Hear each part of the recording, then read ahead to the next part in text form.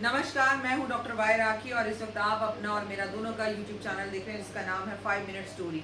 आज की जो मैं कहानी आपको बताने जा रही हूँ बहुत मज़ेदार कहानी है, आपकी और मेरी ज़िंदगी की कहानी है। सबसे पहले तो बहुत बहुत शुक्रिया, thank you so very much. आप मेरे चैनल को पसंद कर रहे हैं, लाइक कर रहे हैं, सब्सक्राइब कर रहे हैं, शेयर कर रहे हैं और आप इसमें मुझे स्टोरीज बता रहे हैं कि मैं क्या कहानी पर बात करूँ, किस विषय पर बात करूँ। आज की कहानी मेरी और आपकी ज़िंदगी की कहानी है। कहानी को टिल एंड तक ज़रूर सुनेगा, आपको कहानी बहुत अच्छी लगेगी। ये बात है दिवाली की। दिवाली का दिन था। एक मिडिल क्लास फैमिली में एक महिला बैठी हुई मटर छील रही थी। बहुत आराम से मटर छीलते हुए वो टीवी का आनंद ले रही थी और दुनिया के अंदर किस तरह से दिवाली मनाई जा रही है देख रही थी। तभी अचानक उसके घर की डोरबेल बजी। टन टन। उसने बाहर जाकर देखने की जगह पर अंदर आवाज दी, चिंटू देखो जाकर कौन आया है। चिंटू ने कोई रिस्पॉन्स नहीं किया। महिला खुद उठकर गई तो देखा उसकी बचपन की बहुत प्यारी सखी आज उसे दिवाली विश करने आई है। उसने उसको गले लगाकर बहुत प्यार से स्वागत किया। सहेली के साथ उसका नौकर और उसके हाथ में बहुत से तोहफे थे। चलिए अंदर आना हुआ, बैठे तो तोहफों को वहीं पर रखा गया ज़मीन पर, क्योंकि मिडिल क्लास फैमिली बहुत बड़ी बड़ी टेबल्स या बहुत चीज़ें नहीं थी, आर्थिक स्थिति कमज़ोर थी, लेकिन अपनी सहेली के स्वागत में कोई कमी नहीं थी। दोनों ने बैठ के साथ में चाय पी, बहुत मस्ती करी, बचपन की बातें करी और दोनों बहुत खुश भी हुए। सहेली के जाने के बाद मटर छीलने वाली महिला ने अपने इन तोहफों को और गिफ्टों को खोलना चाहा और खोलकर जब देखा तो उसने देखा उसके अंदर बहुत चमकता हुआ स्टील का एक डिनर सेट था। अब क्या था, डिनर सेट के साथ 2 कढ़ाइयाँ और 2 फ्राई पैन भी थे। वो बहुत खुश हो गई और वो कभी डिनर सेट को देखती चमकते हुए तो कभी अपने घर की रसोई में वो टूटे फूटे बर्तनों को देखती, भगोने को, पतीले को देखती। जो एक्चुअली उसके घर में जो डिनर सेट था वो प्लास्टिक का था।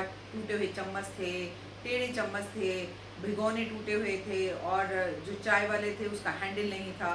बस उसने मटर को वहीं पर छोड़ दिया और आज उसने सोचा अपनी रसोई चमका दूंगी। उसने अपने सारे टूटे फूटे बर्तनों को निकालकर जो घर में थोड़े बहुत थे उन्हें एक कोने में रख दिया और वो अपनी सहेली के लाए हुए डिनर सेट को चमका चमका कर, धो धोकर, पोंछ पोंछ कर अपनी किचन में सजाने लगे और उसने सजा दिया। जब उसने पूरी तरह से किचन में इस डिनर सेट को सजा दिया तो वो किचन को खड़े होकर दूर से देखने लगी और बहुत खुश हुई और खुश होकर उसको ऐसे लगा जैसे कि एक रिच फैमिली का घर होता है, क्योंकि देखिए हमारे भारतीय सभ्यता संस्कृति में स्टील के बर्तनों में खाना खाना अपने आप में एक बहुत बड़ी बात होती है और क्योंकि आर्थिक स्थिति सही नहीं थी तो वो प्लास्टिक के बर्तनों में खाना खा रही थी। वो बहुत खुश थी और अपने आप को किसी अमीर परिवार से और अपनी रसोई को चमकता हुआ देखकर कम नहीं समझ रही थी। इतने में डोरबेल फिर से बजी और इस बार काम वाली आई। काम वाली ने जब उन बर्तनों को जमीन पर रखा देखा तो बोली, अय्या दीदी इतने बर्तन धोने पड़ेंगे। तो फिर से उसकी दीदी मुस्कुराई और बोली, नहीं नहीं ये बर्तन धोने नहीं है, ये सब बर्तन तो बेकार हैं, वो मांगने वाला आएगा तो उसको दे दूंगी। ये बात सुनते ही काम वाली की आंखें फटी की फटी रह गई और उसने सोचा, दीदी वो जो 2 भगोने हैं ना जिसमें तुम चाय बनाती हो, जिसका हैंडल नहीं है, क्या वो मैं ले जाऊं? तो उसने बोला, वो क्यों ले जाऊं? मालकिन बोली, सारे बर्तन भी तू ले जा सकती है, मुझे तो किसी को दे नहीं है, तू ले जा। अब काम वाली की आंखें और उसका जोश बहुत ज़्यादा बढ़ गया। उसने सारा काम फटाफट किया और उन सब बर्तनों को एक भिगोने में रखा, एक पैकेट में रखा, एक थैले में रखा और एक झोले में रखकर मुस्कुराती और खुशी और उत्साह के साथ उन बर्तनों को लेकर अपने घर पहुंची। जब वो अपने घर पहुंची तो उसने उन बर्तनों को देखा जो उसके यहाँ पर एल्युमिनियम के टेढ़े मेढ़े टूटे चाके 5 या 6 बर्तन थे, जिससे वो बेहद ज़्यादा परेशान थी। और अब उसने उन सब टूटे हुए बर्तनों को निकालकर ज़मीन पर एक कोने में रखा जैसे मालकिन ने रखा था और अब वो मालकिन के लाए हुए बर्तनों को साफ करके चमका चमका कर अपनी रसोई में सजाने लग गई। जब सारे बर्तन रसोई में सजा दिए तो वो बेहद खुश हुई, क्योंकि अब उसको ये रसोई अपनी मालकिन के घर के जैसी लग रही थी। अब उसे अमीरी का एहसास हो रहा था। उसे ये खुशी हो रही थी कि आज मेरी रसोई भी चमक गई।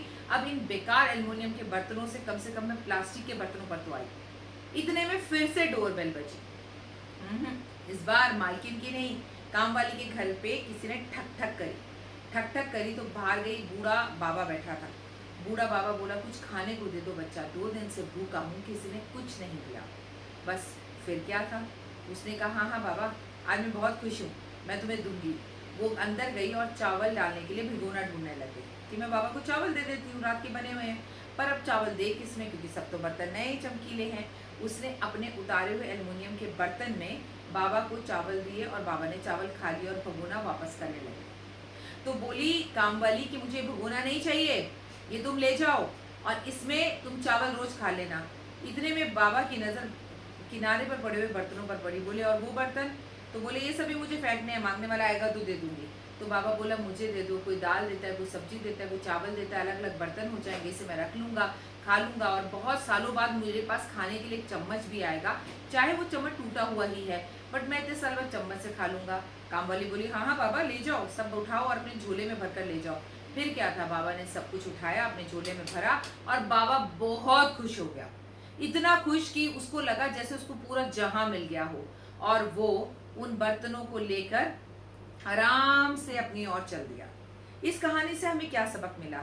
इस कहानी से हमें सबक मिला कि जिंदगी में बहुत छोटी छोटी खुशियां हमें बहुत कुछ दे देती हैं, लेकिन हम हमेशा अपने से बड़े वाले को देखते हैं। जो 2 बेडरूम फ्लैट में रहता है वो 4 बेडरूम वाले फ्लैट को देखता है, जो 4 में रहता है वो कोठी को देखता है, जो कोठी में रहना चाहता है वो फार्म हाउस को देखना चाहता है। आपको खुशियां छोटी छोटी भी मिल सकती हैं और आपकी जिंदगी में आपको अमीर होने का एहसास करा सकती हैं, बट आपकी सोच को अच्छा होना चाहिए। कई बार आप अपना घर बनाते बनाते दूसरे का घर बनाने का भी सोचिए। जो खुशी ईश्वर ने आज आपको दी है उस खुशी को किसी और को भी देने की कोशिश कीजिए।